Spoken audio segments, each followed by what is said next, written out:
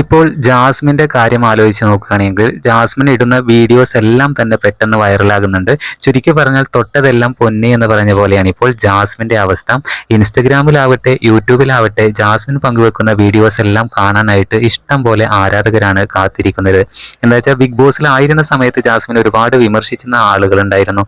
ആ വിമർശകരൊക്കെയാണ് ഇപ്പോൾ ജാസ്മിനെ സപ്പോർട്ട് ചെയ്തുകൊണ്ട് വന്നിരിക്കുന്നത്. വിമർശകരാണ് ജാസ്മിന്റെ വിജയം എന്നുള്ളത് ജാസ്മിൻ തന്നെ മുമ്പ് പറഞ്ഞിട്ടുണ്ട്.